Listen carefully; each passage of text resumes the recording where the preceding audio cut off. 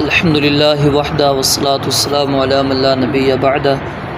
اعوذ باللہ السمیع العلیم من الشیطان الرجیم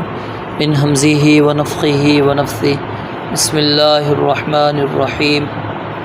من یطع الرسول جو کوئی اطاعت کرے فرما برداری کرے رسول صلی اللہ علیہ وآلہ وسلم کی فقد اطاع اللہ تو یقیناً اس نے اللہ تعالیٰ کی فرما برداری کی ومن تولا اور جس شخص نے منہ موڑا فما ارسلناک پس نہیں ہم نے بھیجا آپ کو علیہم ان پر حفیظا نگہبان بنا کر ویقولون اور وہ کہتے ہیں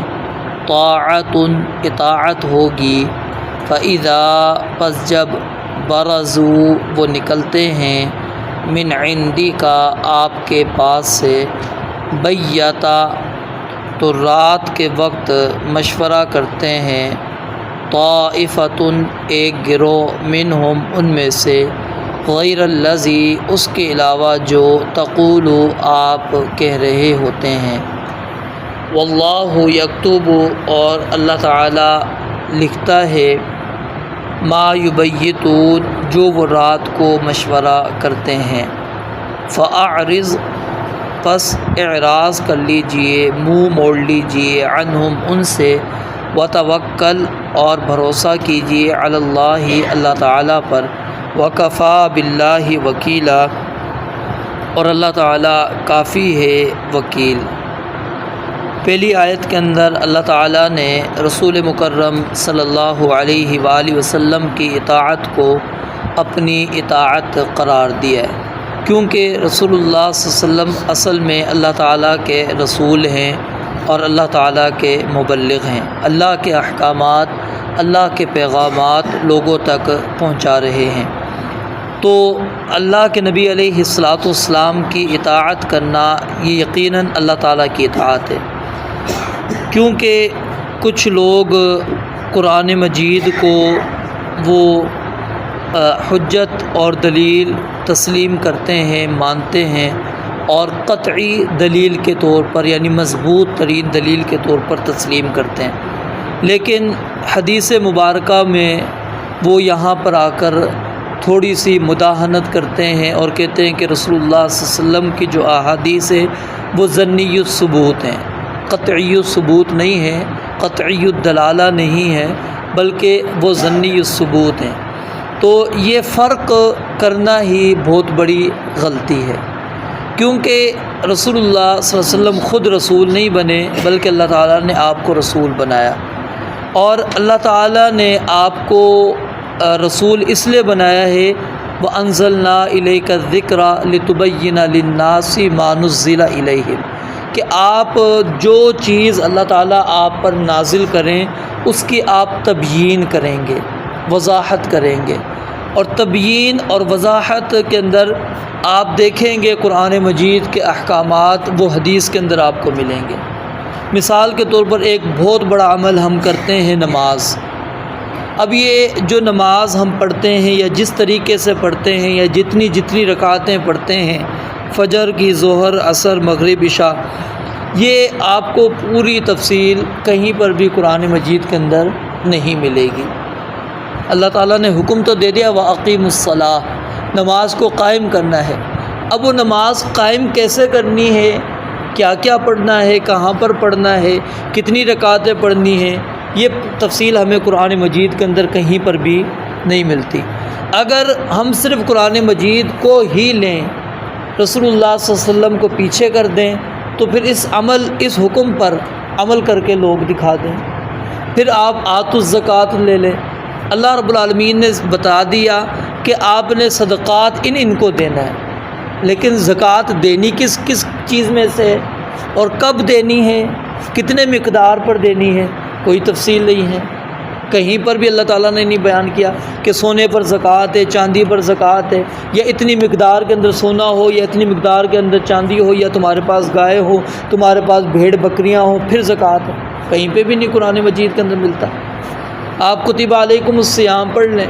اللہ تعالیٰ نے کہہ تو دیا ثم اتم الصیام الی اللیل، رات تک روزہ آپ نے مکمل کرنا ہے، لیکن روزے میں کن کن چیزوں سے بچنا ہے،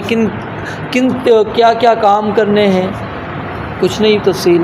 اتم الحج والعمرۃ للہ، حج اور عمرہ اللہ کے لیے مکمل کرو۔ حج کیا ہے، عمرہ کیا ہے، کرنا کیسے ہے، کہاں سے شروع کرنا ہے، کہاں پر ختم کرنا ہے، کیا کیا اعمال سر انجام دینے ہیں، کب دینے ہیں، کس وقت کرنا ہے، کوئی تفصیل قرآن مجید کے اندر نہیں۔ اسی طرح الغرض آپ چلتے چلے جائیے تو آپ کو اس کی تبیین کے لیے، اس کی وضاحت کے لیے رسول اللہ صلی اللہ علیہ وسلم کی ضرورت پڑے گی۔ آپ کے بغیر اس چیزوں کی اللہ رب العالمین نے تبیین نہیں رکھی، اور یہ وضاحت نہ کرنا نبی علیہ الصلوۃ والسلام کے بغیر، اس چیز کو اللہ تعالیٰ سمجھانا چاہتے ہیں کہ اگر تم قرآن کو ہی لوگے تو پھر قرآن مجید کو سمجھ نہیں سکتے، نہ قرآن مجید پر تم عمل کر سکتے ہو۔ اس کے لیے رسول اللہ صلی اللہ علیہ وسلم ضروری ہے۔ اور نبی علیہ الصلوۃ والسلام جو تبیین کریں گے، وضاحت کریں گے، کیا وہ اپنی طرف سے کریں گے؟ نہیں، وہ بھی اللہ رب العالمین آپ کو بتلائیں گے۔ اللہ نے آپ کو بتلایا ہے۔ آپ حدیث مبارکہ جا کے پڑھیے، جبریل امین علیہ الصلوۃ والسلام نے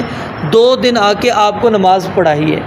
اول وقت کے اندر اور آخر وقت کے اندر، اور فرمایا کہ اس کے درمیان میں آپ کا وقت ہے۔ کیوں اللہ رب العالمین ویسے ہی بتلا دیتے، حکم دے دیتے کہ ٹھیک ہے یہ نمازوں کا وقت ہے، ان میں جب پڑھ لیں آپ؟ نہیں، عملاً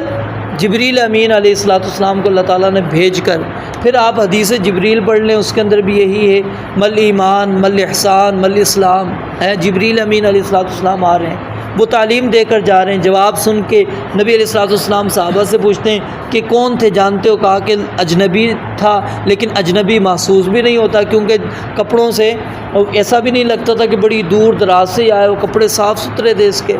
اور قریب کا بھی نہیں لگتا تھا۔ تو نبی علیہ الصلوۃ والسلام نے فرمایا جبریل علیہ الصلوۃ والسلام تھے، اور وہ کس لیے آئے تھے؟ تمہیں تمہارا دین سکھانے آئے تھے۔ تو یہ اللہ رب العالمین تبیین نبی علیہ الصلوۃ والسلام کے اوپر نازل کی ہے، آپ نے خود اپنی طرف سے نہیں بولا۔ وما ينطق عن الهوى ان هو الا وحی یوحیٰ، جو وحی ہوتی تھی آپ وہی چیزیں بیان کرتے تھے۔ تو اس لیے نبی علیہ الصلوۃ والسلام کی اطاعت کو اللہ تعالیٰ نے اپنی اطاعت قرار دے دیا ہے کہ میں نے حکم دیا ہے نبی علیہ الصلوۃ والسلام کی بات ماننے کو۔ اور جو بندہ کہتا ہے کہ میں اللہ تعالیٰ کی اطاعت کرتا ہوں، وہ نبی علیہ الصلوۃ والسلام کی اطاعت نہیں کرتا، تو وہ جھوٹا ہے، کیونکہ اگر وہ اللہ کی اطاعت کرتا ہوتا تو رسول اللہ صلی اللہ علیہ وسلم کی اطاعت بھی لازمی کرتا، کیونکہ اللہ رب العالمین ہی نے حکم دیا ہے۔ ومن تولا، یہاں پر اس جملے کے اندر نبی علیہ الصلوۃ والسلام کو اللہ تعالیٰ نے تسلی دے دی، آپ کا کام جو ہے صرف پیغام پہنچانا ہے، منوانا نہیں ہے۔ اور جو اعراض کرتا ہے، آپ کی بات نہیں مانتا، منہ پھیل لیتا ہے، ہم نے آپ کو ان پر نگہبان بنا کر نہیں بھیجا، ہم نے آپ سے اس کے بارے میں نہیں پوچھ رہا کہ اس بندے نے عمل کیوں نہیں کیا تھا، بس آپ نے پہنچا دیا، یہ آپ کی ذمہ داری ہے۔ پھر آگے اللہ رب العالمین نے منافقین کی ایک اور مذموم خصلت کو بیان کیا کہ جب آپ کے پاس ہوتے ہیں تو کہتے ہیں طاعت، آپ کی بات ہم نے سنی ہے، مانیں گے، اطاعت کریں گے، لیکن فَإِذَا بَرَزُوا مِنْ عِنْدِكَ، جب آپ کے پاس سے چلے جاتے ہیں، بیتا، یہ بیتا اصل میں بیتن سے، بیت گھر کو کہتے ہیں، اور بندہ گھر کے اندر آ کر رات کو کیا کرتا ہے؟ آرام کرتا ہے۔ اور جب بندہ گھر میں آتا ہے، اب اس کو آرام سکون میسر آ جاتا ہے،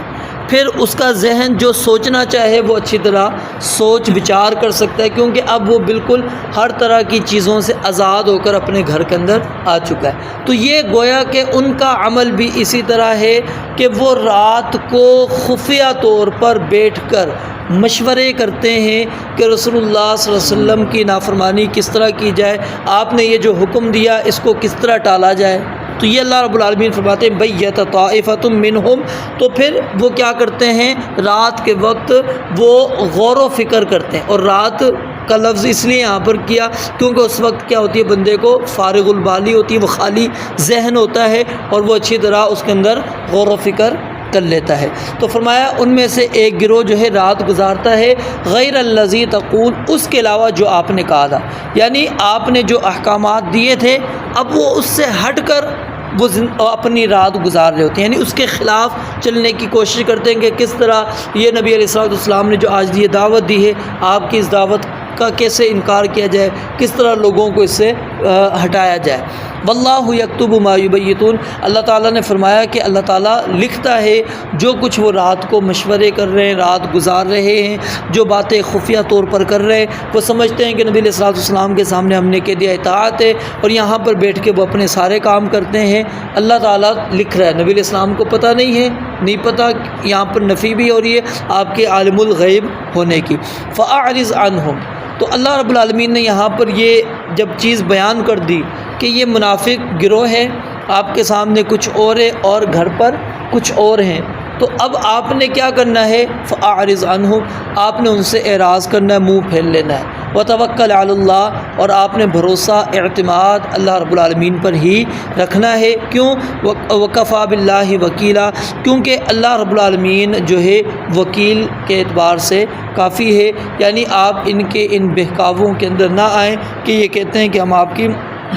بات مانیں گے۔ یہ جو دن کو آپ کے سامنے کہتے ہیں، اس کا ان کا اعتبار آپ ہرگز نہ کریں۔ فأعرض عنہم، آپ نے ان سے اعراض کرنا ہے، منہ پھیرنا ہے۔ رب العالمین سے دعا ہے اللہ تعالیٰ سمجھنے عمل کرنے کی توفیق عطا فرمائے۔ وآخر دعوانا الحمدللہ رب العالمین۔